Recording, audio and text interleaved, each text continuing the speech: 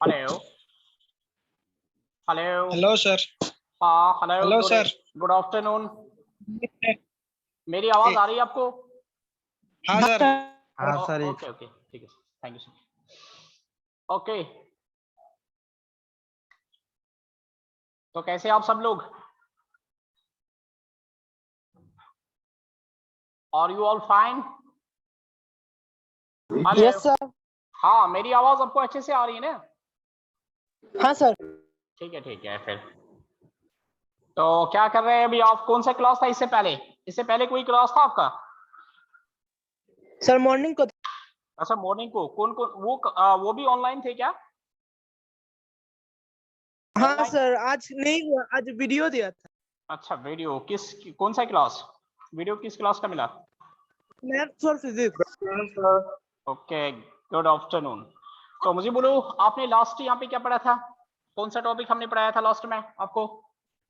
Sir types of species होगा, allopatric sympatric. एक बोलो तो। हाँ कौन सा species? Yes sir. Type of species. Okay okay species हमने पढ़ा था हाँ? ठीक है। आपकी आवाज मुझे कम आ रही है, ऐसा क्यों? ठीक है तो we will start.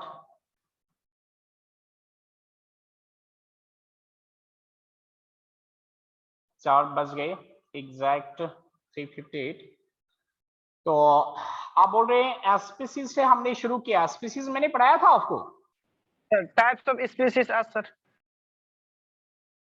आपकी वॉइस यार मुझे क्लियर नहीं आ रही है सर आप सिस्टमेटिक्स पढ़ाए थे आप? कौन सा? आपने क्या सिस्टमेटिक्स पढ़ाए थे? सिस्टमेटिक्स? हेलो हाँ सर सिस्टमेटिक्स। सिस्टमेटिक्स अभी नहीं हुआ है। सिस्टमेटिक्स में बाद में इसके बाद जब टेक्सोनॉमी फिनिश हो जाएगा ना तो उसके बाद में लास्ट में वो तो एनसीईआरटी में पहले ही दिया गया है, लेकिन उसका सीक्वेंस वो नहीं है। हाँ एनसीईआरटी में वो पहले ही है, एक हाफ पैराग्राफ है वहां पे। लेकिन सिस्टमेटिक्स जो है वो हम टेक्सोनॉमी फिनिश करने के बाद, ये जो हम पोर्शन पढ़ रही है टेक्सोनॉमी से सारा डील करता है। ठीक है तो टेक्सोनॉमी जब फिनिश हो जाएगा लास्ट में हम आफ्टर फिनिशिंग दिस हर्बेरिया वगैरह, तो उसके बाद हम सिस्टमेटिक्स बता देते हैं वो क्या होता है। ठीक है वो कोई मतलब उसमें 10 मिनट हमें लगेंगे, ज्यादा वो नहीं है। तो ठीक है तो अभी आप कौन सा? अभी हम स्पीसीज से शुरू कर रहे हैं। ठीक है तो स्पीसीज तक हुआ है। स्पीशीज का सर एलोपैथिक स्पीशीज हो गया सर। एलोपैट्रिक हाँ ठीक है गुड। तो allopatric species okay let me check कब तक हुआ है आपका। ठीक है एलोपैट्रिक। इसके बाद यहाँ पे जो है सिम्पैट्रिक वो हमने पढ़ना है। ठीक नाइस। तो सेकंड यहाँ पे बनेगा सिम्पैट्रिक। सर पहले का पीडीएफ आपने नहीं दिया था सर। पीडीएफ एक्चुअली मैं कन्वर्ट उसको किया हूँ, मैं देखता हूँ आज उस दिन फिर वो जो है मतलब थोड़ा लेट हुआ था जो यहाँ पे उसके बाद ट्रांसफर करता है, उसने वो ट्रांसफर नहीं किया है। आज मैं उससे पूछ लेता हूँ तो कन्वर्ट वीडियो हुआ होगा तो उसका मतलब जो है जितने वीडियोस मतलब वहाँ पे अवेलेबल होंगे हम भेज देते हैं।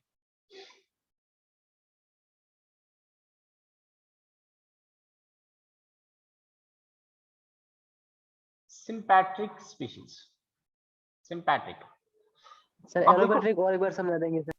हाँ मैं समझा देता हूँ। चलो ठीक है पहले मैं एलोपैट्रिक ही समझा देता हूँ।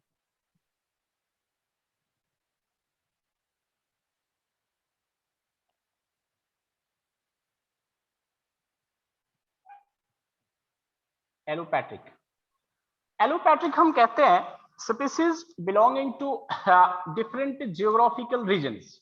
याद रखना आप, यानी ऐसे आप याद इसको रखेंगे दीज आर स्पीसीज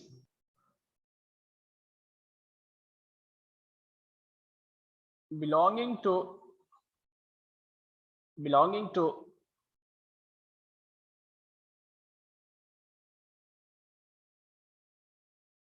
डिफरेंट, ठीक है, belonging to different geographical regions.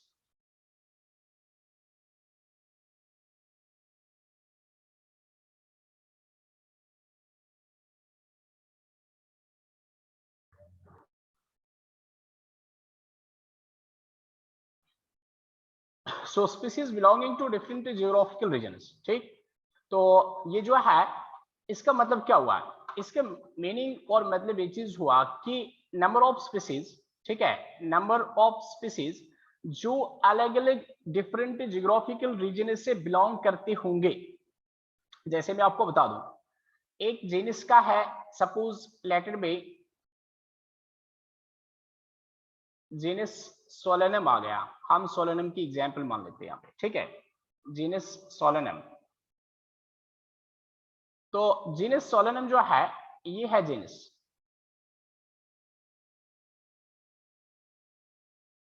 Solanum is genus here.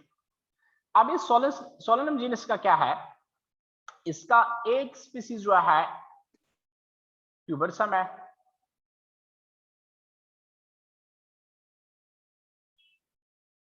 एक स्पीसीज इसका ट्यूबरसम आ गया, और दूसरा स्पीसीज जो है दैट इज व्हाट, दूसरा है इसका मिलोनगिना, मिलोनगिना। इसी तरह से इसका एक है सोलेनम निग्रम। समझाने के लिए बोल रहा हूं, ये वाली एग्जांपल मैंने ली यहां पे। अगर यहां पे क्या होगा, इन्हें allopatric species belonging to different geographical regions, ऐसे स्पीसीज जो अलग अलग जियोग्राफिकल रीजन्स को बिलोंग करते होंगे। उसका मतलब इसमें से ट्यूबरसम अलग एक समझो ऑफ लेटेड में, ये यहाँ पे आसाम में प्रेजेंट है, आसाम में पाया जाता है।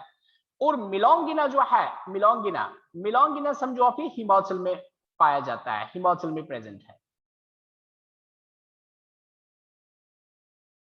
ठीक है। और निग्रम जो है, निग्रम लेटर भी महाराष्ट्र में है, ठीक है।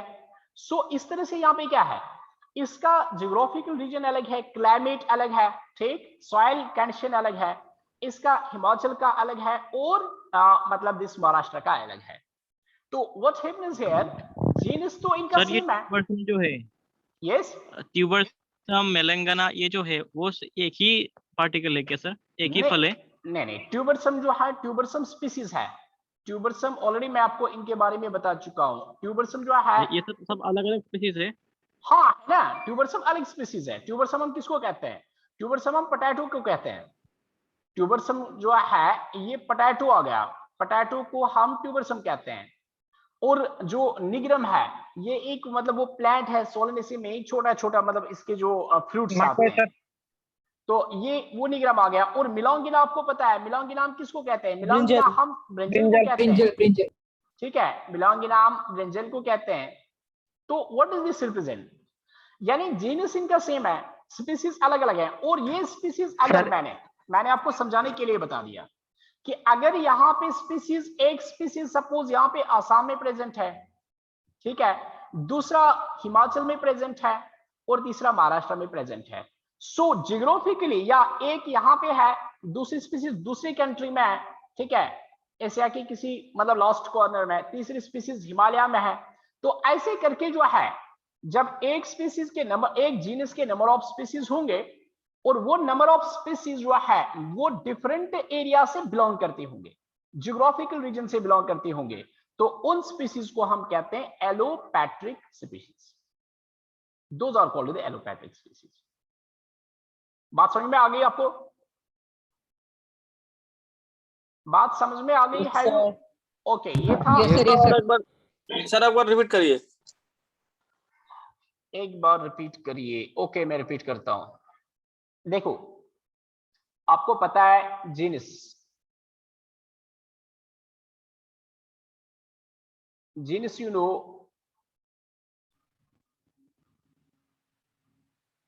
जीनस इज सोलेनम हियर, ठीक है, ये यहाँ पे जीनस सोलेनम है। आपने आपको बता दिया सोलेनम जो जीनस है, इसका पहला स्पीसीज का नाम मैंने आपको बता दिया, सोलेनम ट्यूबेरोसम।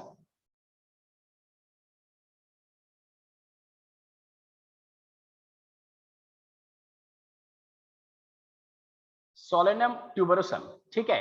ट्यूबेरोसम हम पोटैटो को कहते हैं, एक स्पीसीज आ गई। उसके बाद दूसरा इसका जीनस है, second genus, that is Solanum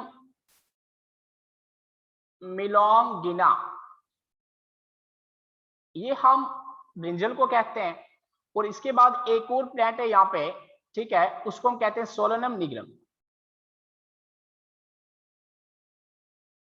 tomato भी इसी में आता है, सोलेनम लाइकोपर्सिकम और लाइकोपर्सिकम। वो तो छोड़ो, अब 3 काफी है यहाँ पे समझने के लिए। मैं आपको बता दिया एग्जाम्पल कि आप मान ले, आप सपोज कर ले, ठीक है, ऐसा सोलेनम के साथ नहीं है बट यू सपोज इट कि सोलेनम में आपका ट्यूबरसम जो है एक एरिया में है। सपोज ये हमारे इंडिया में है, लेट इट बी एशिया में है ये। सपोज हम इंडिया की भी बात हम करेंगे, एशिया की बात, ये एशिया में है।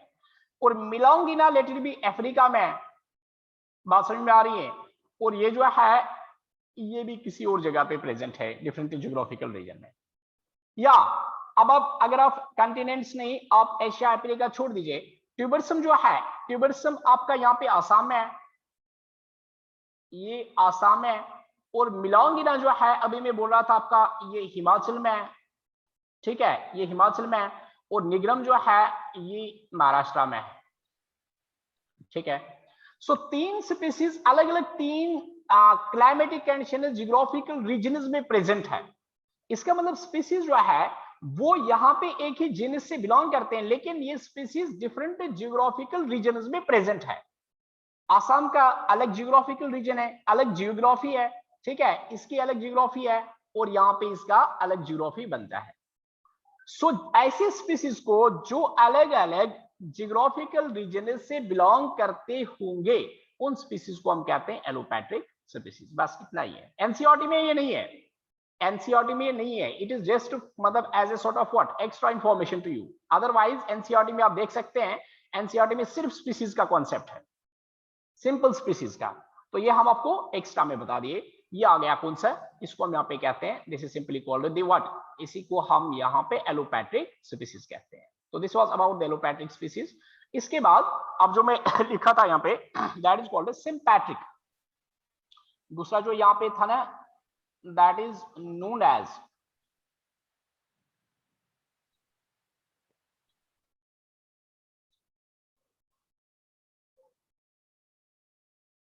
सिम्पैट्रिक स्पीसीज, ठीक है, सिम्पैट्रिक। सिम्पैट्रिक स्पीसीज की डेफिनेशन क्या है?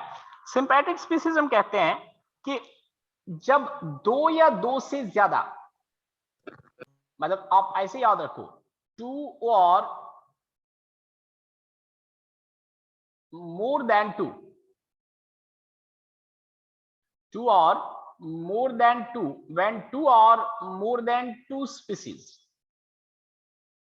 जब 2 या 2 से ज्यादा स्पीसीज जो है, ठीक है, वो इनहेबिट करते होंगे, when 2 or more than 2 species inhabit they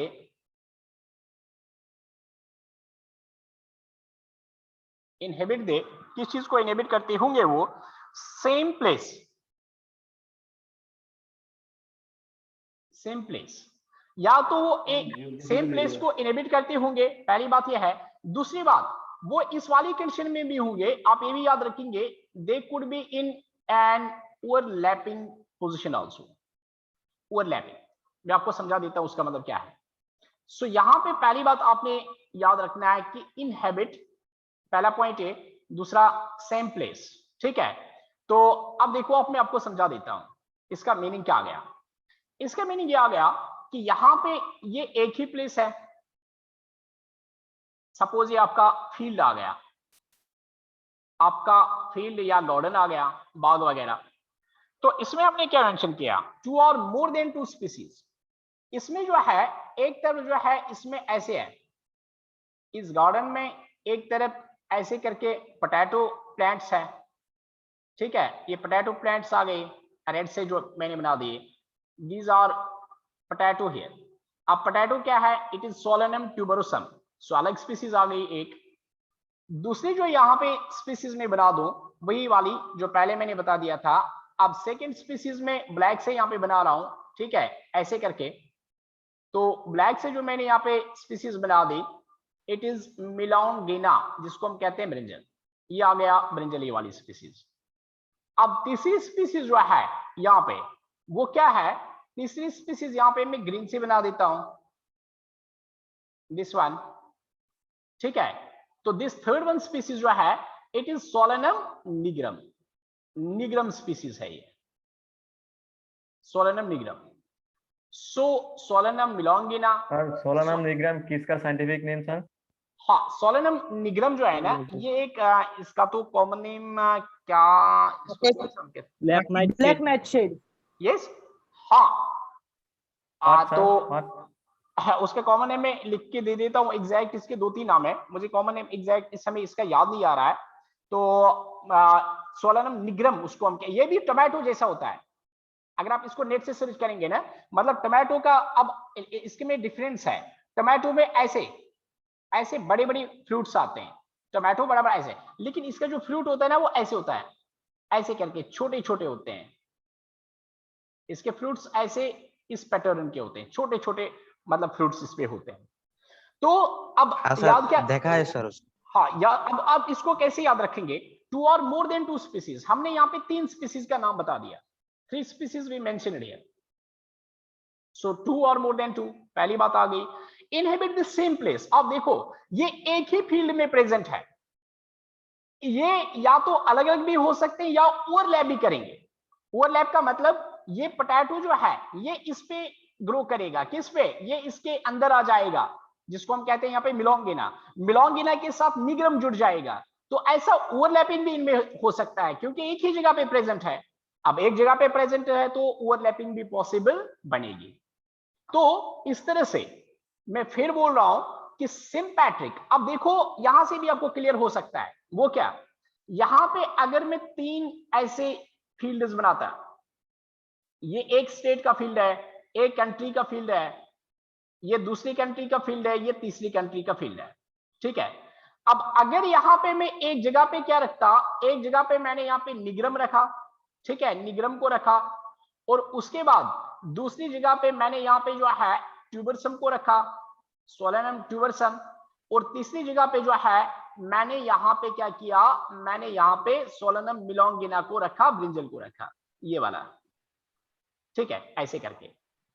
अगर ये वाली कंडीशन है, दिस वन, जब मैंने अलग अलग कंट्रीज की बात की या अलग अलग जियोग्राफिकल रीजन्स, मेन चीज है जियोग्राफिकल रीजन्स, यानी जब 2 रीजन जो है, 2 जगह जियोग्राफिकली एक दूसरे से वेरी करें, जैसे कश्मीर या हम कहेंगे जम्मू जो है, Jammu varies a lot from Assam, ठीक है, Assam varies a lot from Himachal, तो ये जियोग्राफिकल कंडीशन हम कह सकते हैं।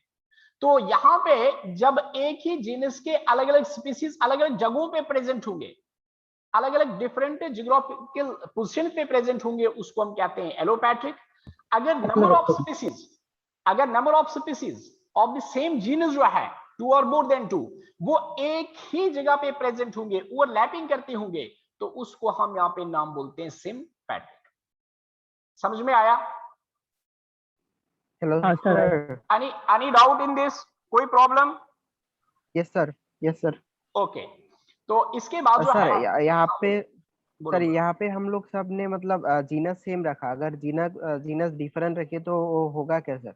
जीनस डिफरेंट हो गया तो उसको फिर हम स्पीसीज कैसे उसमें काउंट करेंगे? जब जीनस डिफरेंट हो गया ना, तो उसका जीनस डिफरेंट, जीनस का डिफरेंट स्पीसीज बनेगा। Yes. जब जीनस डिफरेंट होगा तो उसका डेफिनेटली उसका स्पीसीज भी अलग अलग बनेगा ना। हाँ, हम इस सिर्फ स्पीसीज तो स्पीसीज अलग की बात बनेगा करते ही हैं, सर। उसका स्पीसीज भी अलग अलग ठीक है, बनेगा। हम यहाँ पे स्पीसीज करते हैं बात with respect to the same genus. Okay sir, मतलब यहाँ पे मतलब जीनस सेम रखना पड़ेगा। हाँ, उसके जीनस लिए तो वैलिड होगा। देखो, जब हम क्या कहते हैं, हम कहते हैं जीनस जो है एक जीनस ही के नंबर ऑफ स्पीसीज होंगे।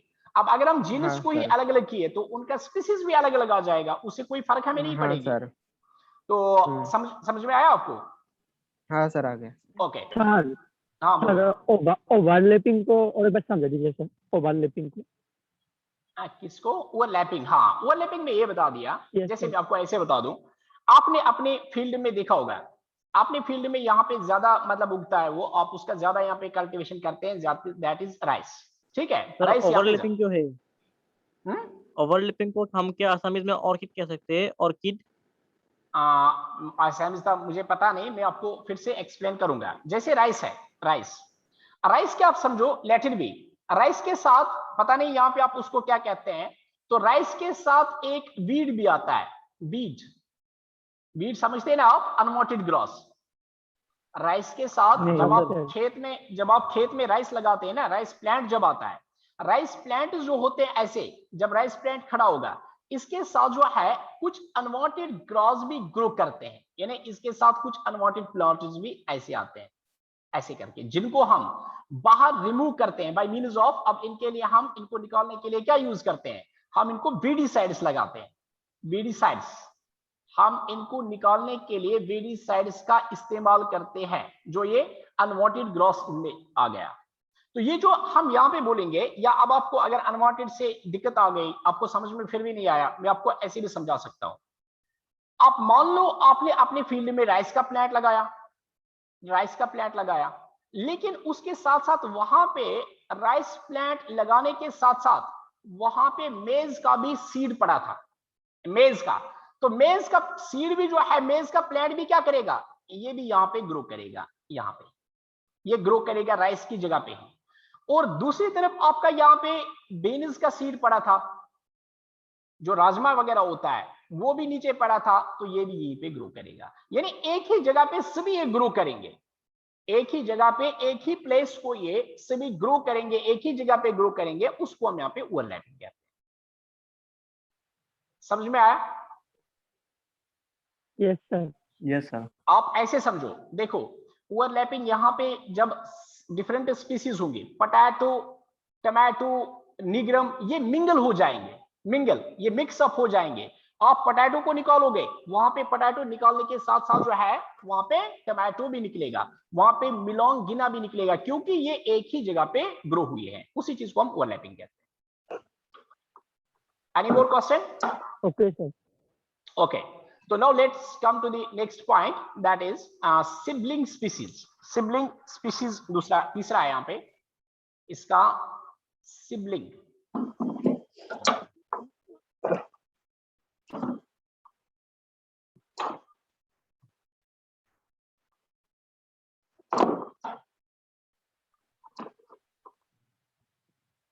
तो सिबलिंग स्पीशीज क्या होता है, आप ये चीज याद रखो। सिबलिंग स्पीशीज हम कहते हैं कि मॉर्फोलॉजिकली सिमिलर, यानी हम इनको ऐसे कहेंगे, मॉर्फोलॉजिकली सिमिलर।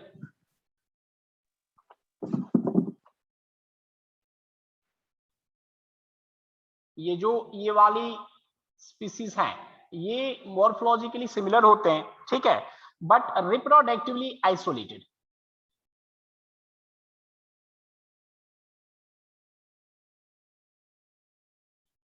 देखो ये चीजें आपको एनसीईआरटी में नहीं मिलेंगे, ठीक है, ये एनसीईआरटी से बाहर है, लेकिन इतना मैं आपको बता दूं, जो भी मैं आपको टॉपिक पढ़ाता हूं, ठीक है, जो भी मैं आपको टॉपिक पढ़ाता हूं, तो आपको इतनी ज्यादा कॉन्फिडेंस आएगी हर टॉपिक पढ़ने के बाद, अगर आप उसको अच्छे से देखेंगे तो मतलब कोई भी कुछ भी क्वेश्चन आपसे पूछा जाएगा, बी श्योर कि 100% उसमें आप आंसर देने के काबिल होंगे, ठीक है, मतलब 100% अगर आप उसको अच्छे से पढ़ेंगे फिर तो। अदरवाइज यू विल सी, जब आप एनसीईआरटी खोलेंगे उसमें सिंपैट्रिक नहीं है, उसमें एलोपैट्रिक नहीं है, उसमें सिबलिंग भी नहीं है, ठीक है, लेकिन हम सिर्फ आपको इसलिए बता देते हैं ताकि आपका टॉपिक क्लियर हो जाए पूरी तरह से, कोई रट्टा मारने की जरूरत नहीं होनी चाहिए, जस्ट आप टॉपिक को समझने की कोशिश कीजिए और अंडरस्टैंडिंग डेवलप कीजिए, कॉन्सेप्ट्स को क्लियर कीजिए, तो फिर आप खुद कोई भी एमसीक्यूज वगैरह निकाल सकते हैं।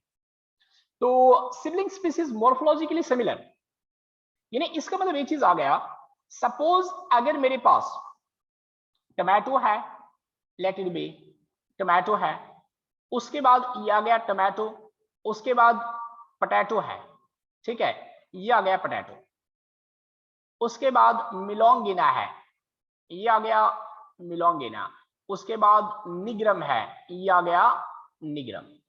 Now try to understand here.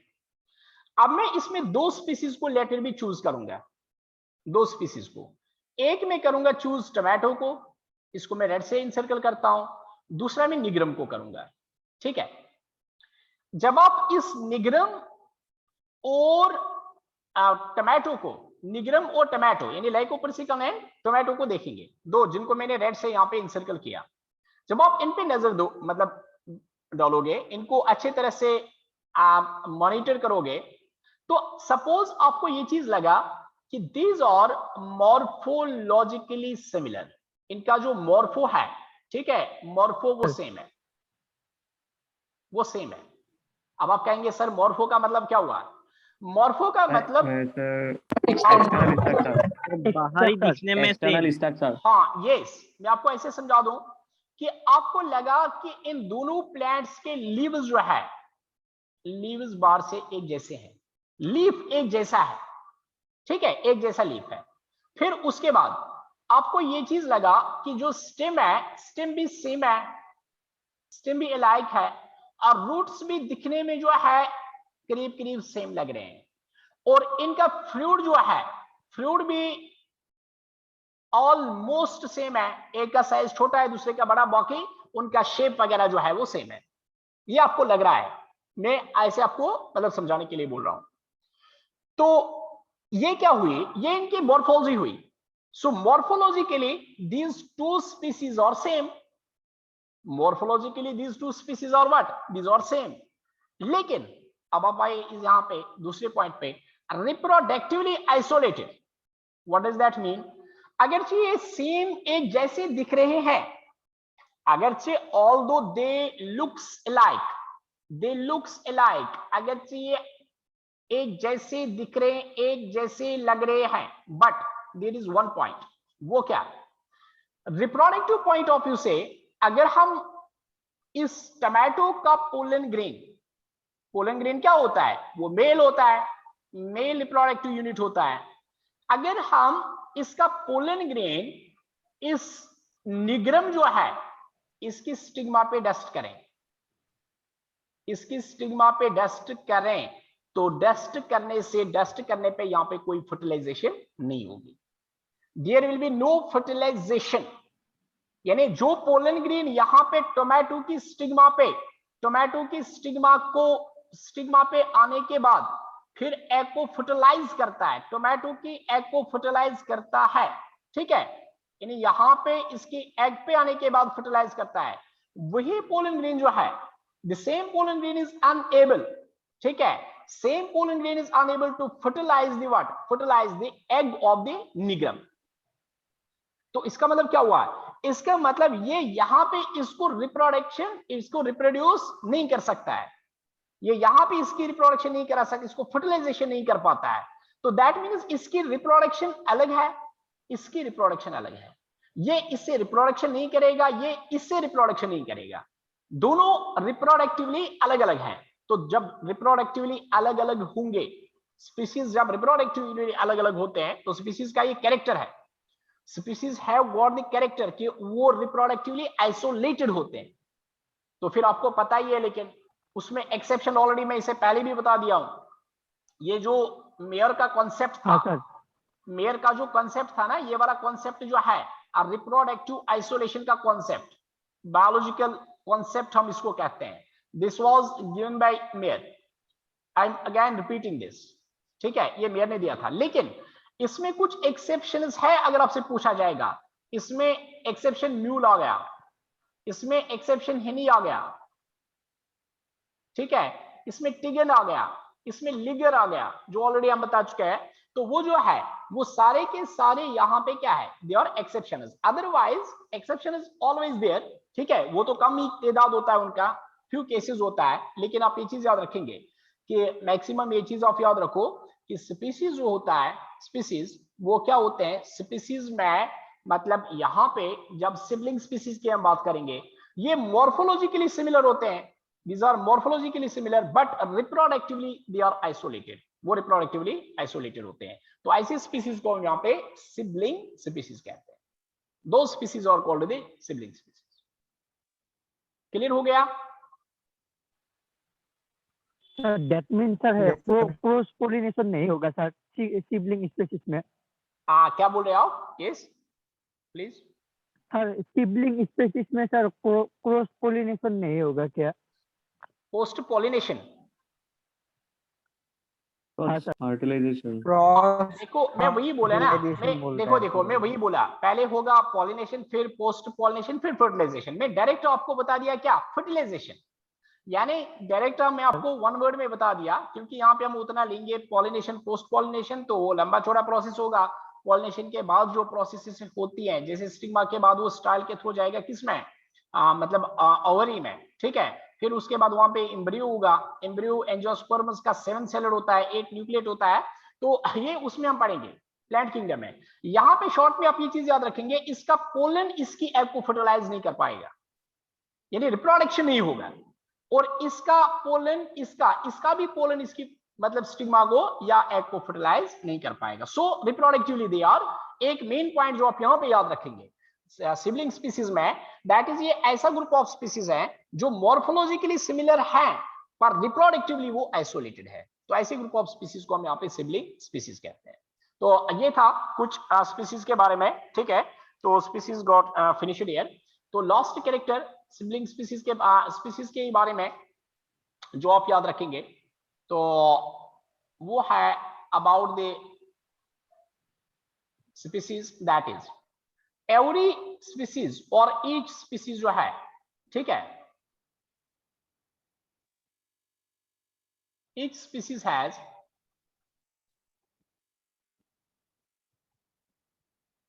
definite number of chromosomes.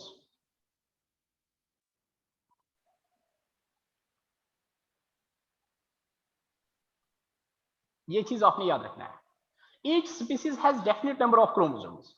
हर एक स्पीसीज में एक डेफिनेट, या आप इसको ऐसे दूसरा वर्ड भी इसके लिए याद रख सकते हैं, you can also remember fixed here, fixed number of chromosomes. What does that mean? उसका मतलब क्या हुआ है? उसका मतलब यह है जैसे हम ह्यूमंस हैं, होमो सेपियंस, हमारा 23 पेयर 23 पेयर्स 46. तो होमो सेपियंस में दैट इज 46 क्रोमोसोम्स है कि नहीं? तो उसमें 23 पेयर्स, 22 जो है वो ऑटोसोमस एंड 1 पेयर जो है वो सेक्स क्रोमोसोम। तो आपने ये चीज याद रखना है, जब से दुनिया बनी है, एज पर दिस कॉन्सेप्ट, जब से दुनिया बनी है तो इंसान में जो है फ्रॉम द स्टार्टिंग और बिगिनिंग, ठीक है, फ्रॉम द स्टार्टिंग और बिगिनिंग ऑफ दिस वर्ल्ड, ठीक है ना, तो तब से एज पर आवर मतलब कॉन्सेप्ट हम ये भी कह सकते हैं हजरत आदम अलैहिस्सलाम से, ठीक है, तो तब से जो स्टार्टिंग है, ठीक है, तब से स्टार्टिंग जो है ह्यूमंस में 23 क्रोमोसोम्स ही है। और आप ऐसे इसको भी समझ सकते हैं, वो कैसे, आपके पापा जो है, यूर पेरेंट्स, आपके मम्मा पापा जो है पेरेंट्स, उनमें भी 23 पेयर्स है, ठीक है, और जो उनके पापा रहे होंगे, उनके पेरेंट्स रहे होंगे, ठीक है ना, आपके ग्रैंड पेरेंट्स जो है, ग्रैंड पेरेंट्स में भी कितने हैं, ग्रैंड पेरेंट्स में भी 23 है, और जो आपके आगे मतलब हाँ 23 पेयर्स, ठीक है, 23 पेयर्स। तो उसके बाद जो आपके क्या होंगे, जो आपके अब मतलब जनरेशन होगी, प्रोजीनी होगी, बच्चे होंगे, तो उनमें भी 23 होंगे।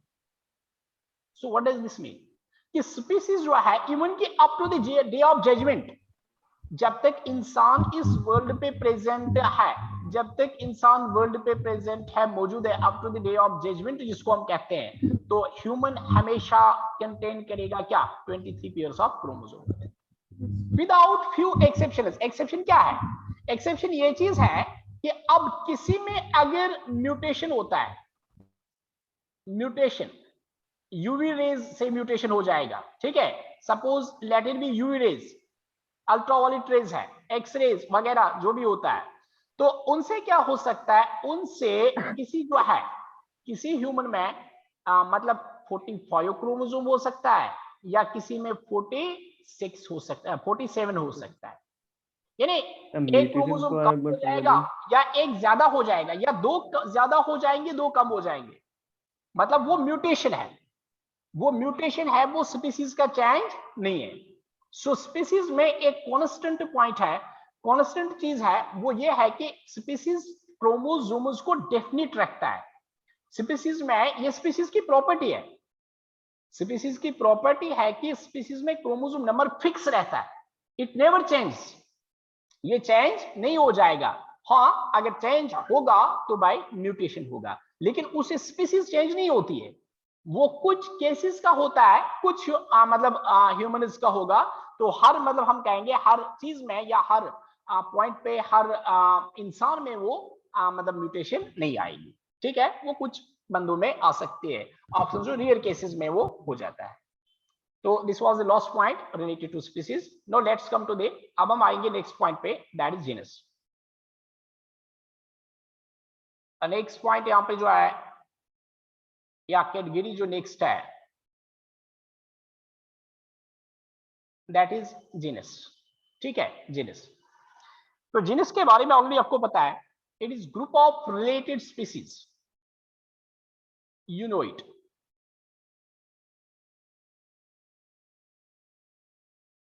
सर एक क्वेश्चन है, हाँ बोलो। हमारे हायर सेकेंडरी के बाद जो 1 साल का कोचिंग होता है नीट के लिए सेपरेट वाला, वो भी आप ही लोग करते हैं ना कोई अलग टीचर आता है फिर से? नहीं, बाहर से कोई नहीं आता है, मतलब हम ही में से किसी को दिया जाता है। जो मतलब हम तो यहाँ पे बहुत सारी फैकल्टी है, तो हम ही में से मतलब जो है किसी को दिया जाता है एज पर मतलब जो टाइम टेबल का मतलब फ्रेम होगा, तो उसमें जो ऑलरेडी इन है यहाँ पे, आप बात समझ रहे हैं, जो इन है ना यहाँ पे, जो मतलब यहाँ पे कैंप्स में है, तो रिलेटेड जो है टच में है, उन्हीं को किसी में से एक दिया जाता है, उसको हम कहते हैं repeater batch. Sir, that means जी sir. that means Super 40 staff will take. हाँ यस, और क्या, सुपर 40 स्टॉप, और कौन मतलब स्टॉप करेगा? जो सुपर 40 का स्टॉप है ना, जो सुपर 40 का स्टॉप होता है वही तो करेगा, बाहर से कौन आएगा? सर हमको बताया कि बाहर से 1 साल के लिए बाहर से टीचर लाएंगे। No no no no no, बाहर से 1 साल यहाँ तो वो तो मुझे पता नहीं, आपको क्या आपको बोला है क्या? वो तो मुझे पता नहीं। ऐसे ही सुना है। नहीं नहीं नहीं नहीं, यहाँ पे जितना, यहाँ पे ऐसा कोई इश्यू नहीं है यहाँ पे, लेकिन फिर भी आपको अगर कुछ इस बारे में होगा तो आई डोंट नो, लेकिन जो भी होता है यहाँ पे मतलब जो यहाँ पे ऐसे भी केसेस होते हैं जो फर्स्ट एड को भी पढ़ाते हैं तो रिपीटेड को भी जाते हैं, तो ऐसा कोई इशू नहीं है यहाँ पे, ऐसा कोई प्रॉब्लम मतलब वो चीज नहीं है कि रिपीटेड के लिए अलग से है।